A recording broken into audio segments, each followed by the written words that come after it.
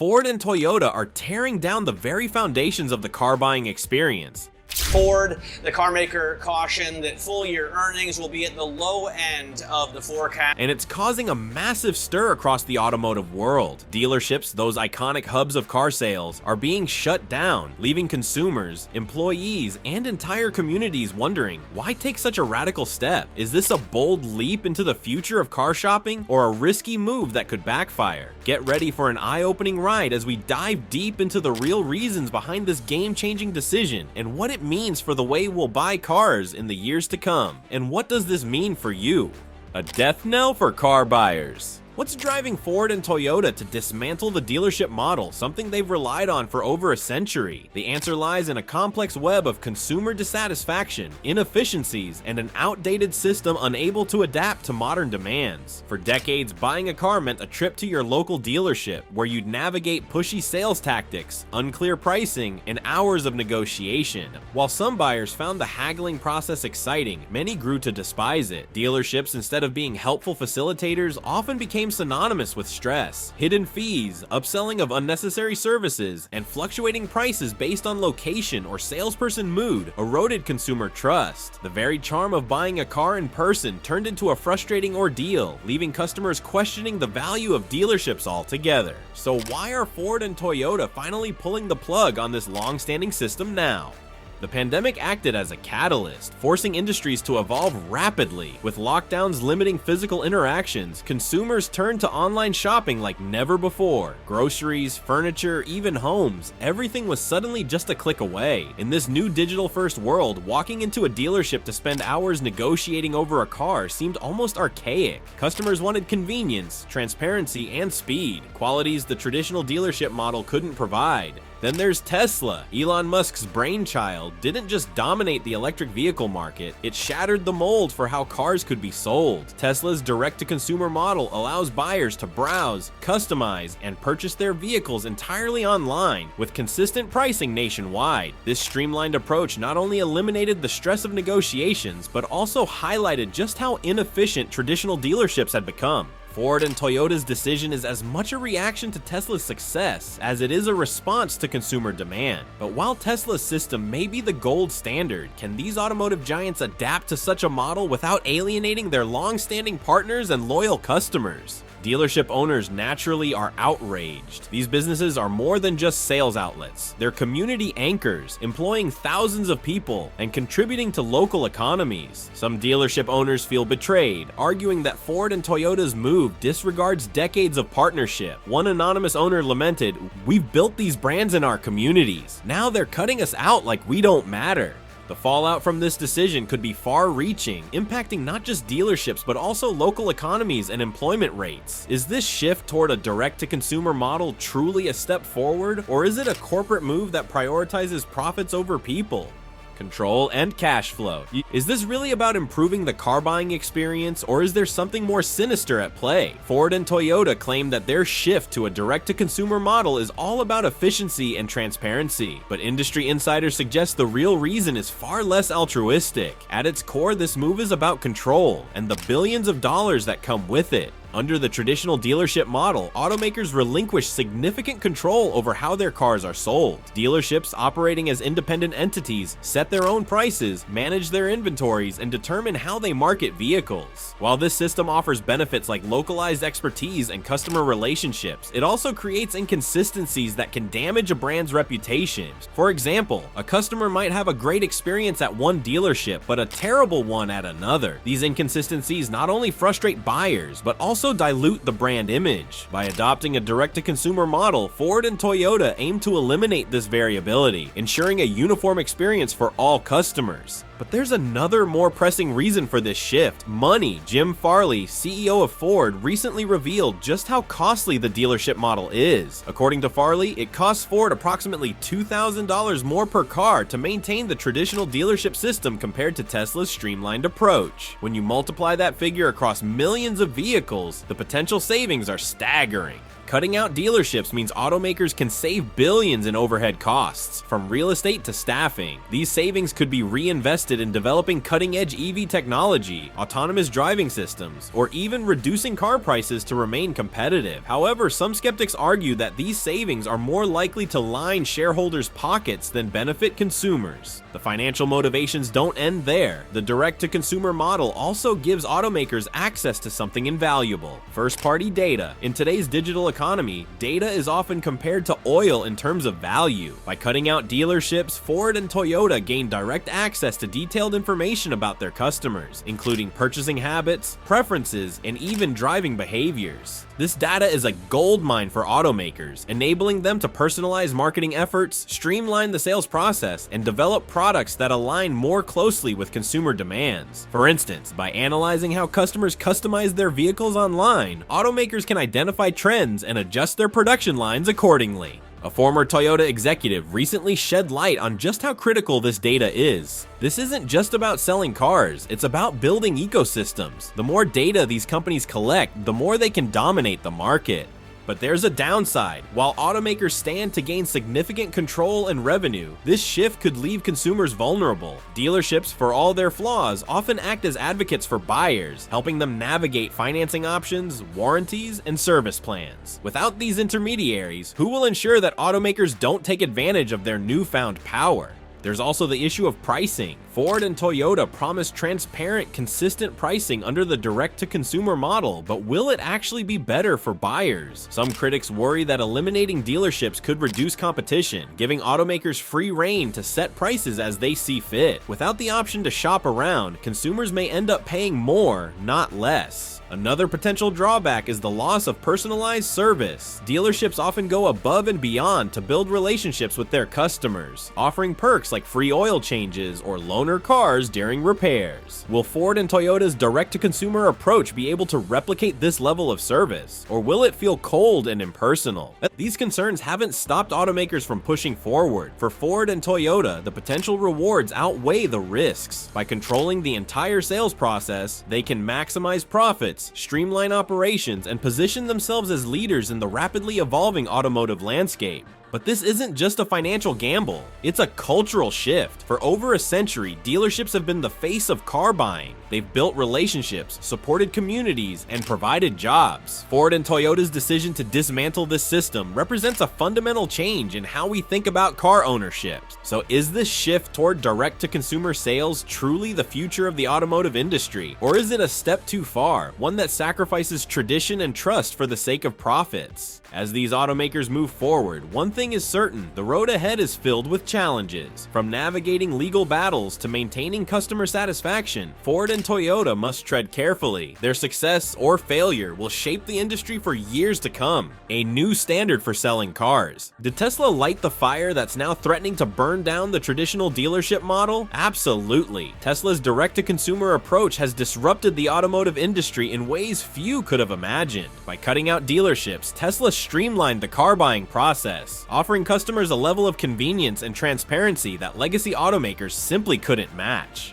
For decades, automakers and dealerships were two sides of the same coin, working together but often at odds over pricing, inventory, and marketing strategies. Then came Tesla, a company that decided it didn't need dealerships at all. Instead of relying on middlemen, Tesla built a direct relationship with its customers, leveraging online platforms and showrooms that function more like experience centers than traditional sales outlets. The results speak for themselves. Tesla's consistent pricing, simple customization options, and direct delivery system have redefined what car buyers expect. Customers no longer need to haggle, deal with hidden fees, or navigate pushy salespeople. Everything is transparent, streamlined, and most importantly, controlled by Tesla itself. But what does this mean for Ford and Toyota? Are they simply playing catch-up, or is there room for innovation beyond Tesla's model? Ford CEO Jim Farley recently acknowledged Tesla's impact, saying, "Tesla's model isn't just efficient, it's a wake-up call for the entire industry." Yet copying Tesla isn't as straightforward as it seems. Tesla's success is rooted in its ability to operate lean, with a focus on technology and vertical integration. For traditional automakers like Ford and Toyota, transitioning to this model requires untangling decades of partnerships with dealerships, overhauling their logistics networks, and building entirely new digital infrastructures. Still, the appeal of Tesla's model is undeniable. Customers have grown tired of the old ways. They want the convenience and transparency that Tesla offers. The question is, can Ford and Toyota deliver the same experience without alienating their dealership networks or compromising their brand identities? The real currency of the future. Is this shift really about selling cars, or is it about controlling the data that comes with it? In the digital age, data is king, and automakers are no exception to this rule. By moving to a direct-to-consumer model, Ford and Toyota are positioning themselves to collect and capitalize on an unprecedented amount of first-party data.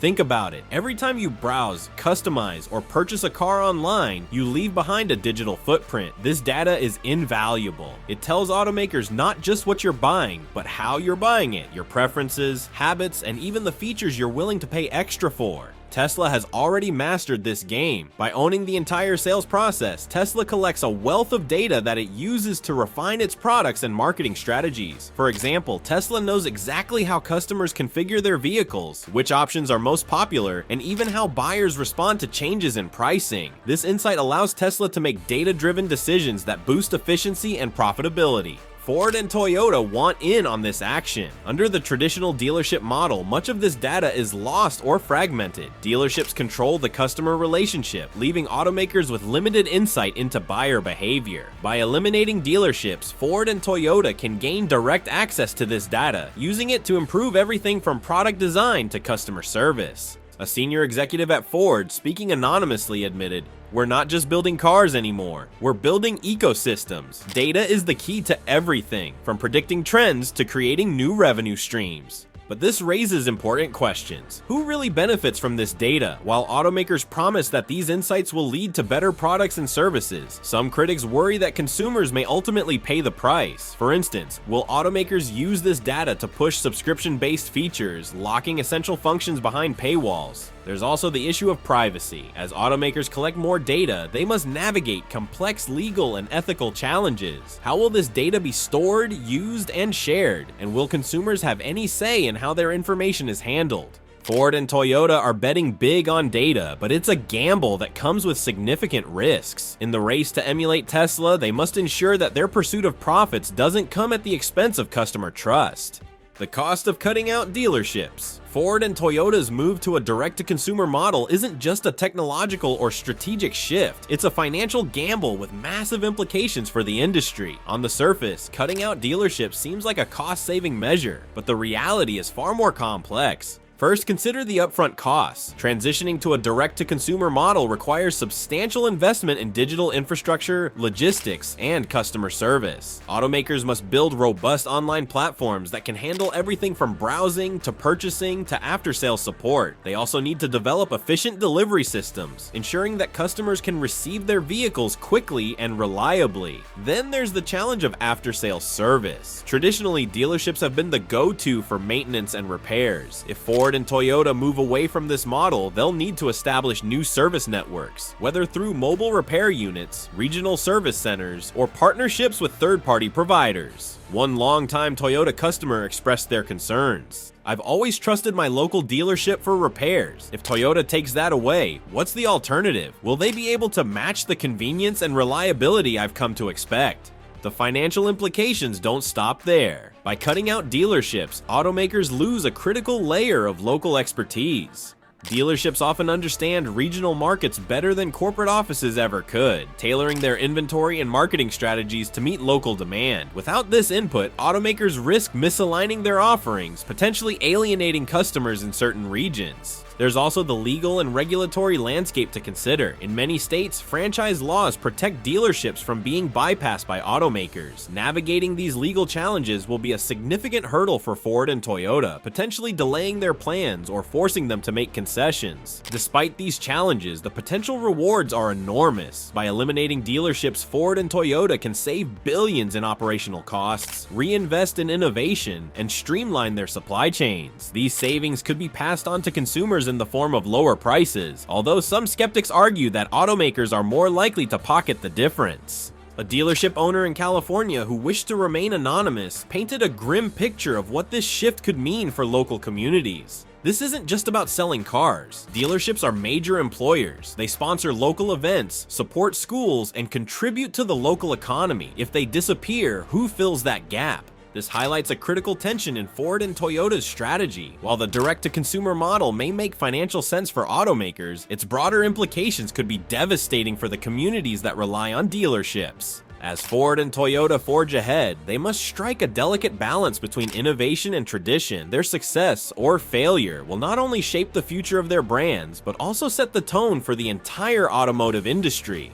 Breaking free from the dealership model. What happens when automakers decide to cut out dealerships? For Ford and Toyota, this isn't just a logistical challenge, it's a legal minefield. The traditional dealership model isn't just a business practice. In many places, it's protected by franchise laws designed to safeguard local businesses and prevent monopolistic practices. In the United States, for example, state laws heavily favor dealerships. These regulations were created decades ago to ensure fair competition and prevent manufacturers from abusing their market power. By requiring cars to be sold through independently owned dealerships, these laws established a buffer between manufacturers and consumers. Now, Ford and Toyota are attempting to dismantle a system that has been in place for nearly a century. Unsurprisingly, dealerships are pushing back. In some states, powerful lobbying groups representing dealerships have already begun legal battles to block automakers from adopting direct-to-consumer sales models. Take Texas, for instance, where Tesla has faced significant hurdles in its efforts to sell directly to consumers. Despite Tesla's global success, Texas laws still prevent the company from bypassing dealerships, forcing it to sell cars through unconventional methods. Ford and Toyota are likely to face similar resistance as they attempt to roll out their new sales strategies nationwide.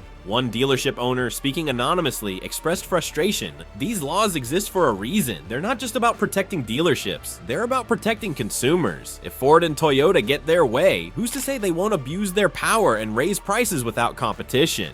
Navigating this legal maze won't be easy. Ford and Toyota will need to work closely with policymakers to amend or reinterpret existing franchise laws. But even with significant lobbying efforts, this process could take years. And time is a luxury these automakers may not have. With Tesla setting the pace in the EV market, Ford and Toyota can't afford delays. The question is, how far are they willing to go? Will they risk alienating lawmakers and dealership networks to push through their plans, or will they seek compromises that preserve some elements of the traditional system?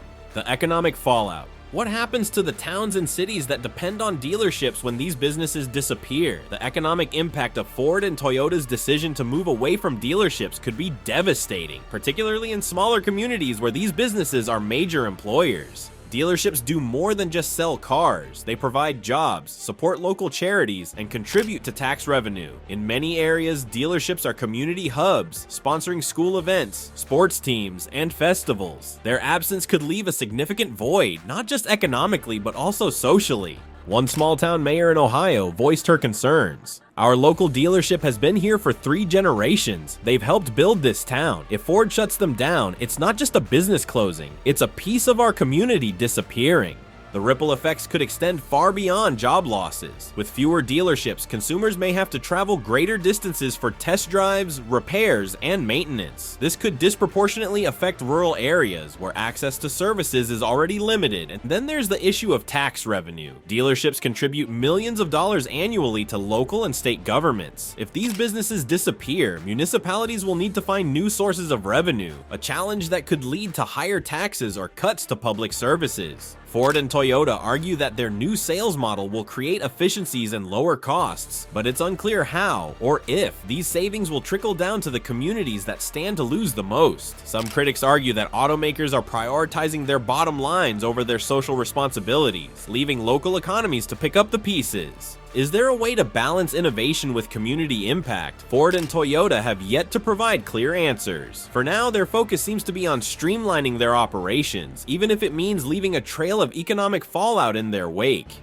A new role in the digital era. Is there still a future for dealerships in a world dominated by online sales? While Ford and Toyota's direct-to-consumer model seeks to eliminate traditional dealerships, it doesn't necessarily mean the end of these businesses. Instead, dealerships may need to evolve to survive. Some industry experts believe that dealerships could transition into service-focused hubs rather than sales centers. In this new role, they would handle maintenance, repairs, and customer support while automakers take over the sales process. This shift could allow dealerships to remain relevant, albeit in a reduced capacity. Ford CEO Jim Farley has hinted at this possibility, suggesting that dealerships could become high-tech service centers, offering everything from software updates to battery replacements for EVs. "We're not trying to leave our dealerships behind," Farley said in a recent interview. "We see them as a critical part of the ecosystem, but their role needs to change." Toyota is exploring similar strategies. The company has proposed turning its dealerships into multi-purpose facilities that not only service vehicles, but also offer EV charging stations, community events, and even co-working spaces. These innovations aim to make dealerships more valuable to consumers, even as their role in the sales process diminishes. However, not all dealerships are on board with this vision. Many argue that these changes would significantly reduce their profitability, forcing them to downsize or close entirely. One dealer described the proposed shift as a death sentence in disguise, claiming that service revenue alone wouldn't be enough to sustain most businesses. There's also the question of how automakers will support this transition. Will Ford and Toyota provide financial assistance to help dealerships retool their operations, or will they leave these businesses to fend for themselves? The path forward is anything but clear. While the reinvention of dealerships could mitigate some of the economic and social fallout, it's unlikely to fully address the concerns of dealers and their communities. For now, Ford and Toyota's plans remain a work in progress, one that will require careful navigation to avoid alienating key stakeholders.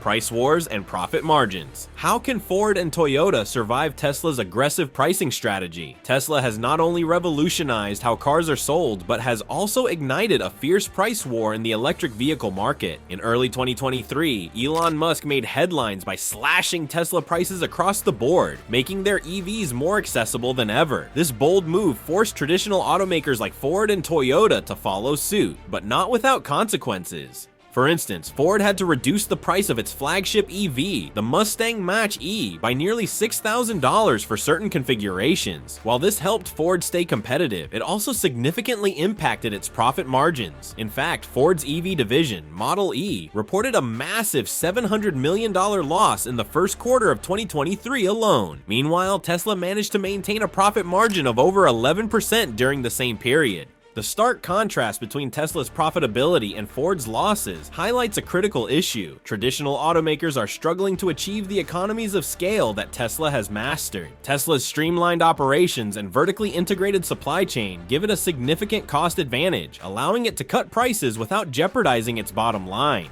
Toyota, on the other hand, has been more cautious in its pricing strategy, focusing on hybrid vehicles as a bridge to full electrification. While this has helped the company avoid the steep losses seen at Ford, it has also made Toyota less competitive in the rapidly growing EV market. Industry analysts warn that this price war could have long-term consequences for traditional automakers. As they slash prices to keep up with Tesla, they risk eroding their profitability and delaying crucial investments in research and development. This could hinder their ability to innovate and compete in the next wave of automotive technology, from autonomous driving to advanced battery systems. Will Ford and Toyota be able to turn the tide, or are they destined to play second fiddle to Tesla?